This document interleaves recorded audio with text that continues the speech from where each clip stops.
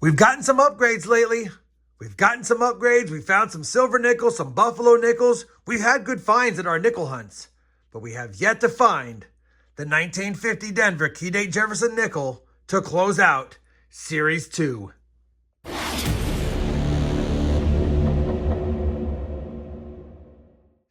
Hey everyone, it's RobFindsTreasure. Welcome back to the channel. We've got a 2-box nickel hunt for you today in our quest to close out the Series 2 album, maybe add something to Series 3, or continue to find some good finds in our nickel hunts. Now, obviously, I'll give you guys a look at the books at the end when we compare all of today's finds to them to see if we have any upgrades or additions. But for now, we're going to get right to it.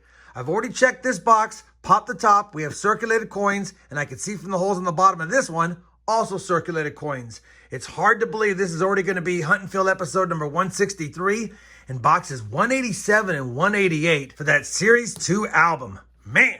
All right. Let's go ahead and pop open this first box here really quick. See if we have any fancy enders on the top side. Nothing looks great from the bottom side. I'll be honest with you guys. Didn't see anything fancy in it. On the top side, no buffalo nickels, no proof enders. I don't see any silver nickel enders.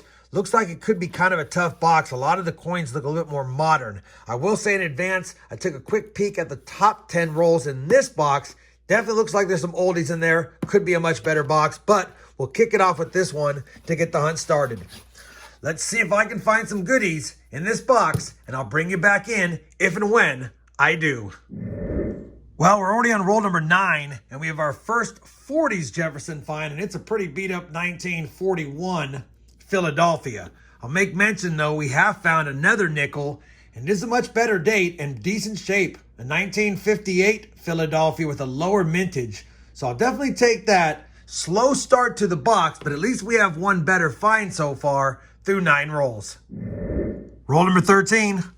Just another 1941 Jefferson Nickel in pretty tough shape as well. Also from Philly.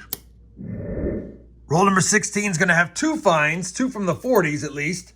A 1946 Philadelphia and our oldest find peeking out, a 1940, also from Philly. Roll number 25 is going to give us another find from the 40s. It's a transition year. Some were made out of silver, some were not. 1942. Obviously, this one does not look as silver as some of the ones I have seen in the past, so it's probably not. But hopefully it has a Denver mint mark for a better date. And it's not silver, and it's not a Denver. 1942 Philly.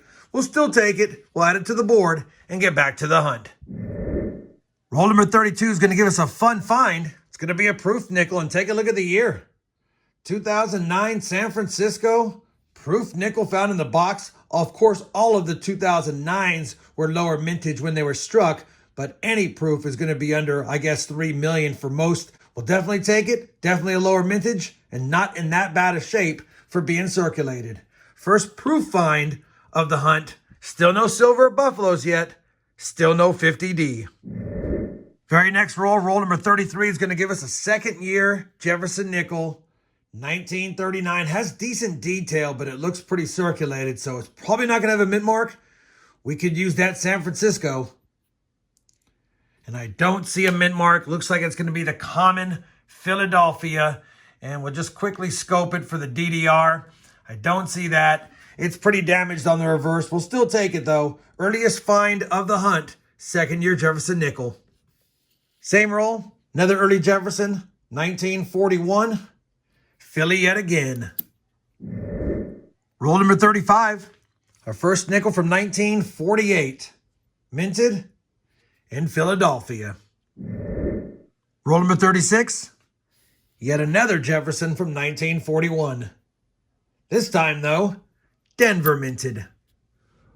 Well, the last part of that box, maybe the last dozen or so rolls, was pretty cold. Just a couple of 50s added to the board. We do have 18 finds on the board. First and foremost, another one of these 2022 Denver struck through grease / properly annealed nickels. And I'm starting to think these aren't post-mint damage. This must be something that happened at the mint. We'll have to see how many I continue to find throughout my hunts. The lowest mintage nickel we found, other than the proof nickel, which we'll get to, is the 58P in decent shape. I don't think it'll upgrade, but I'll have to check it at the end. We got that 42, although it's damaged. The 1939 second year, although it's the common one. And of course, the 2009 S Proof Nickel. No silver, no buffaloes, no 50D. Not a lot of better dates overall, but still a productive hunt. All right, slide that box to the side. Open this one up. This is the one I said looked like it had some better enders. Doesn't mean it's going to be a better box, but it looks better from what I could tell. Wish me luck. I'll bring you back in on my first find of box number 2. First roll, second coin in, first find of the second box. Another 1941 Philadelphia this time. Well, we're already on roll number 19. There's been a lot of 60s and some 50s in this box so far, but nothing that old until now, other than that first find. A 1946 Philadelphia for the board. We're on roll number 21. We've got a 1940 Jefferson Nickel from Philly. Roll 22. A 1941 Jefferson Nickel, also from Philadelphia. Seems to be the popular year. We're on roll number 84 of the 2-box hunt. We've got another find to show you. A 1948 Philadelphia. Roll number 88. Just another 1946 Jefferson Nickel. Again from Philly. Roll number 90. Our first nickel from 1947.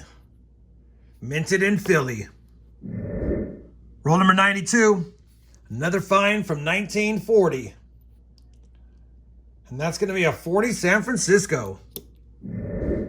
Roll number 96 is going to give us another nickel from 1946. Another 1946 Philadelphia. And I'll also point out, last roll, we got 252 Denvers in it, although they're not the 50D. Running out of rolls, running out of time. Let's see what else we get. Well, we finished that second nickel box, and I thought it was going to be a better box, but it ended up being the same. 36 finds on the board, 18 from box 1, 18 from box 2. The best finds of the hunt is going to be another one of these 2022 Denver odd-looking coins, a 39p. And I did nab, after I mentioned I had those 252Ds in the roll, the very next roll gave me a pretty nice 1952 Philly. It's more common than the 52Ds, but still in great shape. Hopefully it'll be an upgrader.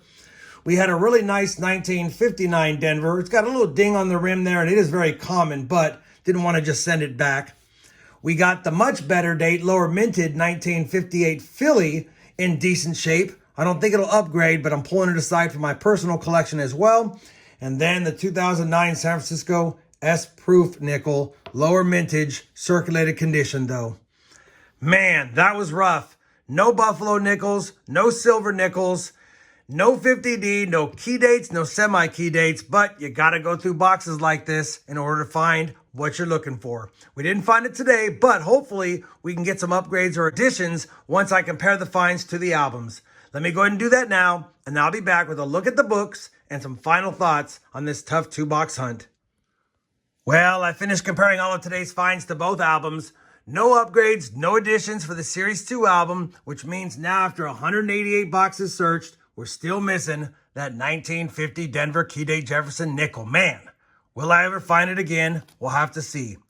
As far as the side finds, the Series 3 album, we were able to upgrade that 1952 Philly nickel. It's not the most shiniest of all nickels, but it has great detail, a lot more hair detail in it than the last one we had in there. So definitely got an upgrader for Series 3. Of course, now after 121 boxes searched for that book, we have 62 of the 65, and you know which ones we're missing. The 2 S-minted 30s Jefferson Nickels, as well as the 50 Denver. Hopefully, despite it being a tough 2-box hunt, you guys still enjoyed watching along with me. If you did, I would appreciate that thumbs up.